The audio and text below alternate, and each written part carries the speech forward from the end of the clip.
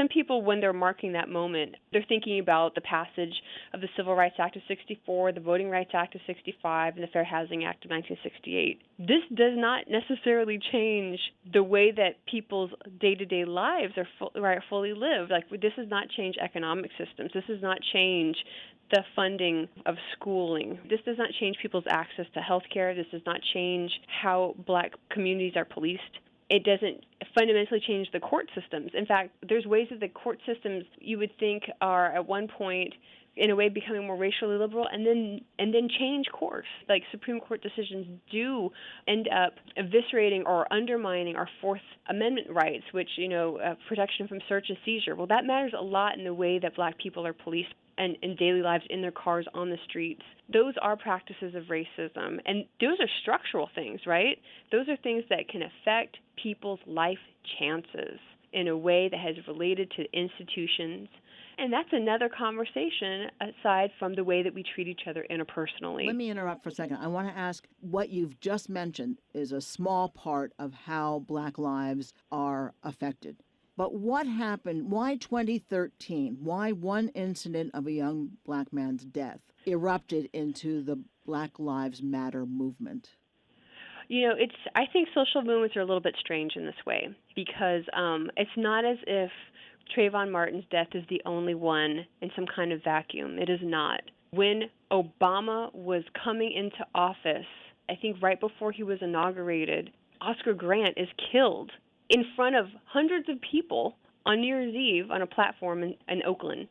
This is unjust, and a lot of people would argue, rightly, that justice was never served in this way.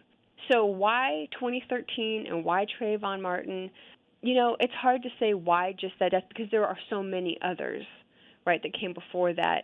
I think sometimes with social movements, there's a tipping point, and in this regard, social media comes into play in a particular way because three Black women who know each other and start hashtagging Black Lives Matter and organizing around this, it creates a kind of momentum. What is the largest issue related to Black Lives Matter? Is it the justice system?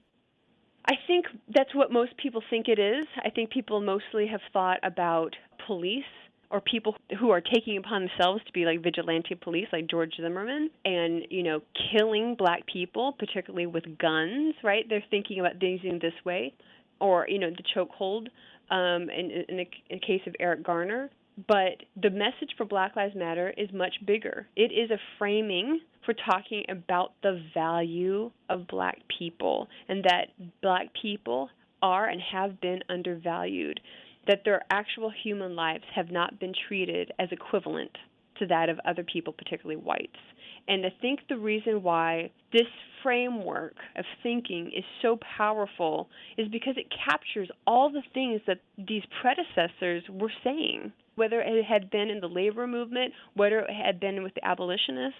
They're saying, these are the things they're saying. If Black lives were treated as being mattered as the same, then all of these goals would have been accomplished earlier. It's a kind of, there's a totality to this that I think is really helpful for us. It helps set our understanding of where we need to be. Is your book a call to action? Yes, it is. It's also an opportunity for people to understand that we're not on the same page when we talk about certain racial issues, that we're not on the same page when we have certain words that we use. We have a whole chapter called All the Words We Throw Around. And we try to put definition to words like black girl magic, which is this thing that comes out of pop culture, right? And then we also try to put some definition to the idea of meritocracy and what that has to do with racism. So our effort here is both a call to action, but it's also a tool of empowerment. It's a tool of facilitating dialogue between people who may not otherwise see eye to eye. And we put discussion questions in our book, so you could use it in a classroom, but you could use it in a book club. You could use it in your church. We have all kinds of things that are available for people to talk about history.